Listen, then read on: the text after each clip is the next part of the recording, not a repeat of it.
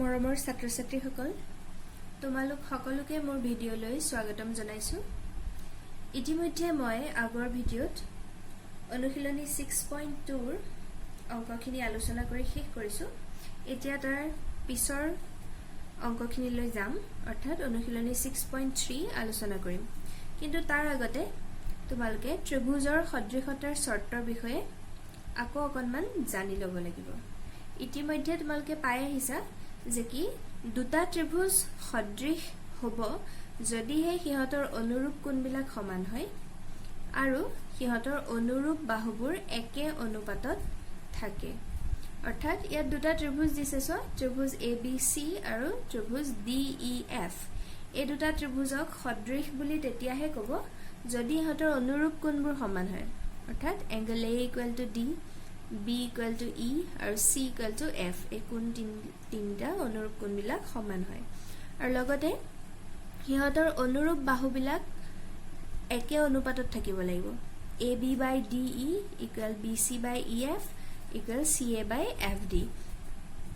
এই দুটা condition fulfil হৈ থাকিলে আমি ত্ৰিভুজ দুটা সদৃশ বুলি কওঁ। এতিয়া এইখিনিতে তোমালোকে আৰু কেইটামান উপপাদ্য মনত ৰাখিব লাগিব। উপপাদ্য 6.3 এইটোত কৈছে যদি দুটা ত্ৰিভুজৰ অনুৰূপ কোণবিলাক সমান তেন্তে সিহঁতৰ অনুৰূপ বাহুবিলাকৰ অনুপাত সমান আৰু সেয়ে ত্ৰিভুজ দুটা সদৃশ হ'ব। এতিয়া আমি ইতিমধ্যে পাইছো যে কি দুইটা কণ্ডিশ্যন ফুলফিল হ'বই লাগিব সদৃশ হ'বলৈ হ'লে। প্ৰথমটো হ'ল অনুৰূপ কোণবিলাক সমান আৰু ছেকেণ্ড কণ্ডিশ্যনটো অনুৰূপ বাহুবিলাকৰ অনুপাত সমান হ'ব লাগিব। কিন্তু কথাটো হ'ল যদি দুটা ত্ৰিভুজৰ কোণ তিনিটা সমান হয় তেতিয়াহ'লে সিহঁতৰ অনুৰূপ বাহুবিলাক নিজে নিজে সমানুপাতিক হ'ব। কথাটো বুজি পাইছানে? যেনেকে ABC আৰু DEF এই দুটা ত্ৰিভুজৰ যদি A কোণটো D কোণৰ সৈতে সমান, B টো E ৰ সৈতে সমান আৰু C কোণটো F কোণৰ সৈতে সমান হয় তেতিয়াহ'লে ইহঁতৰ বাহুবোৰ নিজে নিজে সমানুপাতত থাকিব। ঠিক আছে? তো আমি যদি দুটা ত্ৰিভুজৰ তিনিওটা কোণ সমান বুলি কেনেবাকৈ দেখুৱাব পাৰোঁ তেতিয়াহ'লে সিহঁতক সদৃশ বুলি ক'ব পৰা যায়। নেক্সট উপপাদ্য 6.4 হ'ল আগৰটোৰ ওলোটা। ইয়াত কৈছে যদি এটা ত্ৰিভুজৰ বাহুবিলাক আন এটা ত্ৰিভুজৰ বাহুবিলাকৰ সমানুপাতিক অৰ্থাৎ একে অনুপাতত থাকে তেন্তে সিহঁত দুটাৰ অনুৰূপ কোণবিলাক সমান আৰু সেয়ে ত্ৰিভুজ দুটা সদৃশ। এবাৰ উল্টাকে যদি আমি বাহুবিলাক সমানুপাতিক বুলি দেখুৱাব পাৰোঁ কেনেবাকৈ তেতিয়াহ'লে সিহঁতৰ কোণ তিনিটা অট'মেটিকেলি সমান হ'ব আৰু লগে লগে ত্ৰিভুজ দুটাক আমি সদৃশ বুলি ক'ব পাৰিম। আৰু ইয়াক কোৱা হয় SSS অৰ্থাৎ বাহু বাহু বাহু সাদৃশ্য চৰ্ত। আগৰটো কি আছিলে? কোণ সমান হ'লে বাহুবিলাক নিজে নিজে সমানুপাতিক হয়। গতিকে আমি কোণ তিনিটা মেইনলি চাইছোঁ, গতিকে কোণ কোণ কোণ সাদৃশ্য চৰ্ত আগৰটো আছিল। আৰু আমি বাহুৰ অনুপাত চালে তাক কোৱা হয় বাহু বাহু বাহু সাদৃশ্য। নেক্সট উপপাদ্য 6.5 ইয়াত কৈছে যদি এটা ত্ৰিভুজৰ এটা কোণ আন এটা ত্ৰিভুজৰ এটা কোণৰ সমান হয় আৰু সেই কোণকেইটা গঠন কৰা বাহুকেইটা সমানুপাতিক তেন্তে ত্ৰিভুজ দুটা সদৃশ। এই চৰ্তটো অকণমান বেলেগ। ইয়াত কি কৈছে যদি দুটা ত্ৰিভুজৰ এটা এটা কোণ সমান হয়, ধৰি ল'লো ইয়াত এংগল A আৰু এংগল D সমান, তেতিয়াহ'লে আৰু সদৃশ হ'বলৈ হ'লে এই কোণটো গঠন কৰা বাহু অৰ্থাৎ এংগল A গঠন কৰা বাহু হ'ল AB আৰু AC, হয়নে? ঠিক একেদৰে D কোণ গঠন কৰা বাহু হ'ল DE আৰু DF। তো এই কোণকেইটা গঠন কৰা বাহুবিলাকৰ অনুপাত সমান হ'ব লাগিব। অৰ্থাৎ AB/DE = AC/DF। আমি যদি সেইটো কেনেবাকৈ প্ৰমাণ কৰিব পাৰোঁ তেতিয়াও ত্ৰিভুজকেইটাক সদৃশ বুলি ক'ব পাৰিম। কি কৈছোঁ? দুটা কোণ যদি সমান হয় আৰু কোণ দুটা গঠন কৰা বাহুবিলাকৰ অনুপাত যদি সমানুপাতিক হয় তেতিয়াহ'লে আমি ত্ৰিভুজ দুটাক সদৃশ বুলি ক'ব পাৰোঁ। আৰু এই ধৰ্মটোক কোৱা হয় বাহু কোণ বাহু SAS সাদৃশ্য চৰ্ত। এতিয়া অনুশীলনী 6.3 ৰ অংকসমূহ কৰিবৰ কাৰণে আমি এইমাত্ৰ আলোচনা কৰি অহা উপপাদ্যসমূহ ব্যৱহাৰ কৰিম। ইয়াত প্ৰথম প্ৰশ্নটো কৈছে চিত্ৰ 6.34ত দিয়া ত্ৰিভুজবিলাকৰ কোণবিলাক জোৰ সদৃশ উল্লেখ কৰা উত্তৰটো দিয়াৰ ক্ষেত্ৰত কি সাদৃশ্য শৰ্ত ব্যৱহাৰ কৰিলা লিখা আৰু সদৃশ হোৱা ত্ৰিভুজবিলাক প্ৰতীকেৰে প্ৰকাশ কৰা ইয়াত মুঠতে 6টা চিত্ৰ দিয়া আছে প্ৰত্যেকটো চিত্ৰই জোৰ পাতি পাতি দিয়া আছে তাৰ মানে 6টাতে দুটা দুটা ত্ৰিভুজ দিয়া আছে ইয়াৰ কোনটো জোড়া সদৃশ আমাক উলিয়াবলৈ দিছে আৰু লগতে কি শৰ্ত সাপেক্ষে সদৃশ হেতু আমাক উল্লেখ কৰিব দিছে সদৃশ হয় নে নহয় মুঠতে আমি চেক কৰিব লাগে ঠিক আছে এতিয়া আমাৰ প্ৰথম চিত্ৰটো যদি চাও ইয়াত দুটা ত্ৰিভুজ আছে ত্ৰিভুজ ABC আৰু ত্ৰিভুজ PQR হয়নে এতিয়া এই ত্ৰিভুজ দুইটাৰে কোণবিলাক দিয়া আছে সোয়া এংগল A 60 ডিগ্ৰী ইয়াত এংগল P 60 ডিগ্ৰী অৰ্থাৎ এংগল A আৰু P সমান ঠিক হেদৰে B আৰু Q সমান 80 80 আৰু এংগল C আৰু এংগল R 40 40 ইহঁতও সমান যেটো তিনিটা কোণ সমান হৈছে গতিকে কোন সাদৃশ্য শৰ্ত মতে আমি ত্ৰিভুজ কেটাক সদৃশ বুলি ক'ব পাৰো হয়নে তো এইখিনি কথাকে আমি ধুনিয়াকৈ লিখি দিব লাগিব মই চিত্ৰকিটা আকৌ আকি দেখুৱা নাই তোমালোকে কিতাপতে চাই লবা এংগল ABC ট্ৰায়াঙ্গল ABC আৰু ট্ৰায়াঙ্গল PQR ৰ ইহঁতৰ কি হৈ আছে সোয়া angle A equal angle P কাৰণ দুইটাই কিমান ডিগ্ৰী 60 ডিগ্ৰী ঠিক হেদৰে angle B equal angle Q আৰু দুইটাৰ ভ্যালু হল 80 ডিগ্ৰী আৰু angle C equal angle R আৰু ইহঁতৰ ভ্যালু হল 40 ডিগ্ৰী হয়নে এটাকে কোন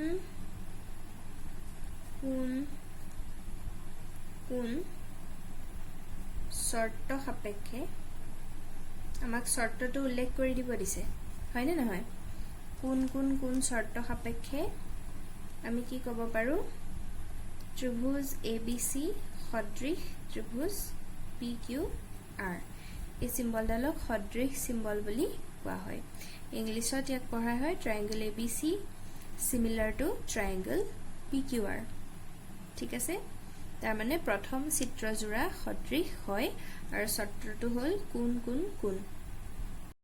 এতিয়া 2 নম্বৰ চিত্ৰটো চোৱা ইয়াত ত্ৰিভুজ ABC আৰু ত্ৰিভুজ PQR ইহঁতৰ বাহুবিলাকৰ জোখ দিয়া আছে তে যেহেতু বাহুবিলাকৰ জোখ দিয়া আছে গতিকে আমি অনুৰূপ বাহুৰ অনুপাত বিলাক উলিয়াই চাম এতিয়া ত্ৰিভুজ ABC আৰু ত্ৰিভুজ PQR ৰ আমি যদি অনুৰূপ বাহুৰ অনুপাতবোৰ চাও AB by QR AB ৰ ভ্যালু দিয়া আছিল 2 আৰু QR ৰ ভ্যালু 4 তো ইহঁতৰ অনুপাত ললে আমাৰ কি হ'বগৈ কাটাকুটি গৈ 1/2 হ'ব ঠিক আছে ঠিক হেদৰে BC by PR ইহঁতৰ অনুপাত BC ৰ ভ্যালু 2.5 PR ৰ 5 তো একেটাকো আমি যদি হৰণ কৰো বা কাটাকুটি কৰিলে 1/2 হ'ব ঠিক হেদৰে AC by PQ কৰিলে 3/6 that means 1/2 গতিকে কি দেখা গল গুটে কেটা অনুপাত সমান অৰ্থাৎ বাহুবোৰ সমানুপাতিক তো আমি লিখিব পাৰো AB by QR equal BC by PR equal AC by PQ এতিয়া আমি এটা উপপাদ্য পাইছিলো যদি বাহুবিলাক সমানুপাতিক হয় তেতিয়া হলে বাহু শৰ্ত সাপেক্ষে ত্ৰিভুজ কেটা সদৃশ বুলি ক'ব পাৰো আমি লিখিম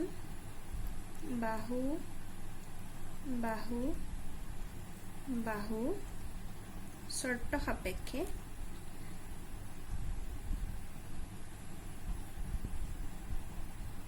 ত্ৰিভুজ ABC সদৃশ ত্ৰিভুজ PQR ঠিক আছে বুজি পাইছা নিশ্চয় তাৰ পিছত 3 নম্বৰৰ চিত্ৰটো আমাৰ বাহুবিলাকৰ মান দিয়া আছে গতিকে 2 নম্বৰটো হতি একে আমি বাহুৰ অনুপাত বিলাক উলিয়াই চাম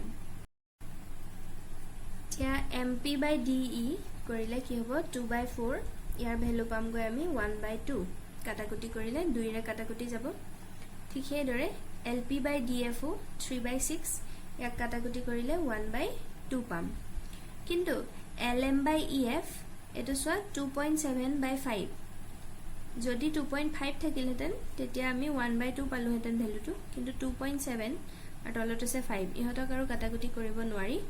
গতিকে কি দেখা গ'ল, দুটা অনুপাত সমান কিন্তু তৃতীয়টো সমান নহয়। আমি কি ক'ম, লিখোতে এই ধৰণে লিখিব লাগিব, MP/DE is equal LP/DF। এই দুটা প্ৰথম দুটা সমান, কিন্তু not equal to LM/EF।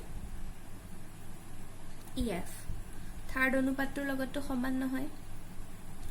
গতিকে আমি কি লিখিব পাৰোঁ, ত্ৰিভুজকেইটা সদৃশ হয় জানো? সদৃশ নহয়। গতিকে আমি কি লিখিম, ত্ৰিভুজ LMP আৰু ত্ৰিভুজ DEF সদৃশ নহয়, কাৰণ সদৃশ হ'বলৈ হ'লে তিনিওটা অনুপাত সমান হ'ব লাগিব। নেক্সট 4 নম্বৰ চিত্ৰ। ইয়াত বহুতৰ কিতাপত হয়তো এই PQR ত্ৰিভুজৰ PQ বাহুটো মিষ্টেকেনলি ইয়াত 6 থাকিব পাৰে। তোমালোকে এইটো 5 কৰি ল'বা, তেতিয়াহে অংকটো শুদ্ধ হ'ব। ঠিক আছেনে? ইয়াত দুটা ত্ৰিভুজ আছে, এটা LMN আৰু এটা PQR। ইয়াত এংগল M দিয়া আছে 70 ডিগ্ৰী, MN 2.5 আৰু ML 5 দিয়া আছে। এফালে PQ, এইটো মই কি কৈছোঁ, কাৰোবাৰ 6 থাকিব পাৰে, 5 বনাই ল'বা, তেতিয়াহে শুদ্ধ হ'ব। এংগল Q 70 ডিগ্ৰী আৰু QR বাহুটো দিয়া আছে 10, অৰ্থাৎ ইয়াত এটা এটা কোণ দিয়া আছে আৰু সেই কোণটো গঠন কৰা বাহু দুটাৰ মানবিলাক দিয়া আছে।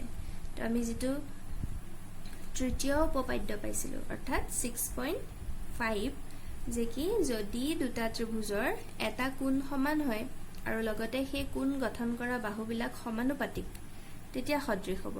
গতিকে কোণ দুটাটো আমি সমান দেখিছোঁই বাৰু, 70 ডিগ্ৰী 70 ডিগ্ৰী। বাহুৰ অনুপাত উলিয়াই চাওঁ সমানুপাতিক হয় নে নহয়। ত্ৰিভুজ LMN আৰু ত্ৰিভুজ PQR angle M equal angle Q equal to 70 degree, এইকেইটা কোণ সমান। আৰু সেই কোণ গঠন কৰা বাহুকেইটাৰ অনুপাত যদি লওঁ, MN/PQ কৰিলে 2.5/5 হ'ব, আৰু ইয়াক কাটাকুটি কৰিলে আমি 1/2 পাম। ঠিক সেইদৰে ML/QR ইহঁতৰ অনুপাত ল'লে 5/10, আৰু এইটোকো কাটাকুটি কৰিলে আমি 1/2 পাম। 5ৰে দুইটাকে কাটিব পাৰি। গতিকে কি দেখা গ'ল, এটা কোণ সমান আৰু সেই কোণ গঠন কৰা বাহুবিলাক সমানুপাতিক, কাৰণ এইটো 1/2, এইটো 1/2, হয়নে? গতিকে আমি কি ক'ব পাৰোঁ, এতেকে চোৱা, বাহু কোণ বাহু স্বীকাৰ্যত পৰি আছে। বাহু কোণ বাহু শৰ্ত সাপেক্ষে আমি কি ক'ব পাৰোঁ, ত্ৰিভুজ LMN সদৃশ ত্ৰিভুজ PQR, দুটা ত্ৰিভুজ সদৃশ। তাৰপিছত 5 নম্বৰ প্ৰশ্নত ত্ৰিভুজ ABC আৰু ত্ৰিভুজ DEF, ইয়াৰ এংগল A দিয়া আছে 80 ডিগ্ৰী, F 80 ডিগ্ৰী, এংগলকেইটা এইকেইটা সমান বাৰু। কিন্তু কথাটো হ'ল, ABC ত্ৰিভুজৰ এক এংগল A গঠন কৰা বাহু নিদিলে, কিন্তু এংগল A গঠন কৰা বাহুকেইটা হ'ল AB আৰু AC। ইয়াত AB লগত BC হে দিলে, আমাৰ দিব লাগিছিল AC বাহুটো, কাৰণ যিটো কোণ আমি সিলেক্ট কৰিছোঁ সেই কোণটো গঠন কৰা বাহু হ'ব লাগিব, হয়নে? DEF ত্ৰিভুজৰ কিন্তু ঠিকে আছে, F কোণটো দিছে আৰু F কোণ গঠন কৰা বাহু DF আৰু EFৰ মান দিয়া আছে। কিন্তু ইয়াত যিহেতু নিদিলেই, গতিকে আমি অনুপাত উলিয়াব পৰা অৱস্থাতেই নাই, হয়নে? যদি আমি AB আৰু BC বাহুকেইটা লওঁ, ইয়াত যিকেইটাৰ মান দিয়া আছে, তেতিয়াহ'লে আমাৰ এই B কোণটোৰ মানহে দিব লাগিছিল। বুজি পাইছেনে কথাটো? যি দুটা বাহু দিয়া থাকে, সেই বাহু দুটাই গঠন কৰা মাজৰ কোণটো লওঁ আমি সদায়। কিন্তু ইয়াত দিলে এংগল A, কিন্তু এংগল A গঠন কৰা বাহুকেইটা নিদিলে। গতিকে এইটোৰ ক্ষেত্ৰত আমি কেনেকৈ লিখিম চোৱা, আমাক যিকেইটা বাহু দিয়া আছে, বাহুকেইটাৰ অনুপাত উলিয়ালোঁ। AB/DF 2.5/5, এইটো পামগৈ আমি 1/2, আৰু BC/EF কৰিলে 3/6, এইটো হৰণ কৰিলে আমি কি পাম, 1/2, কাটাকুটি যাব 3ৰে। কিন্তু চোৱা, অনুপাতকেইটা ঠিকেই ওলাইছে, সমান ওলাইছে, কিন্তু কথাটো হ'ল এই বাহুকেইটাই গঠন কৰা কোণ হ'ব লাগিছিল, অৰ্থাৎ এংগল B আৰু এফালে এংগল এফ এই দুটা সমান হ'ব লাগিছিল কিন্তু সমান হয় জানো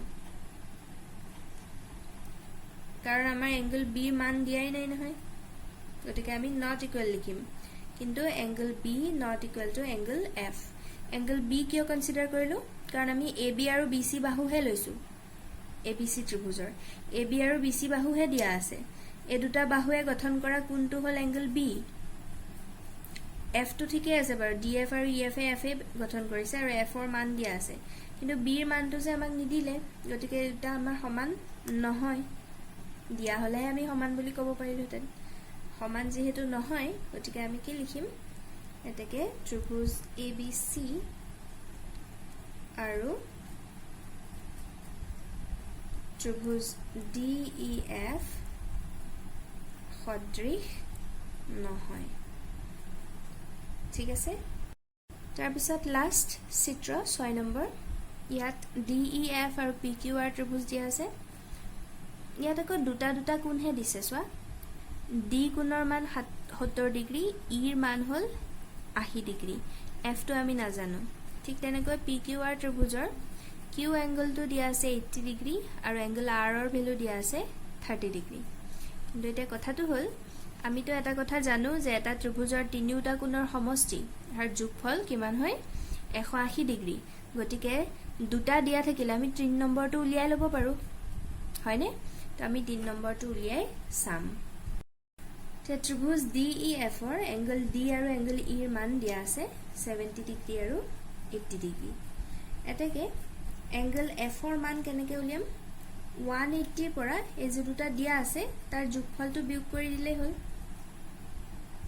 হয়নে যি দুটা দিয়া আছে তিনিটা যোগ কৰিলে 180 ডিগ্ৰী হয় দুটাটো দিয়া আছে গতিকে 180 ৰ পৰা সেই দুটা কোণৰ যোগফলটো যদি আমি বিয়োগ কৰি দিও আমি থাৰ্ড কোণটো পাই যাম তো 180 মাইনাস কি হ'ব গিটা যোগ কৰিলে 150 তো 180 ৰ পৰা 150 গলে এংগল এফ ৰ ভ্যালু হ'ব 30 ডিগ্ৰী ঠিক একে ধৰণে আমি পি কিউ আৰ ত্ৰিভুজৰ এংগল পি ৰ মান উলিয়াম 180 ডিগ্ৰীৰ পৰা আমি বিয়োগ কৰিম যি দুটা দিয়া আছে তাৰ যোগফল অৰ্থাৎ 80 প্লাস 30 ঠিক আছে এতিয়া এটো কৰিলে আমি কিমান পাম 180 ডিগ্ৰী মাইনাস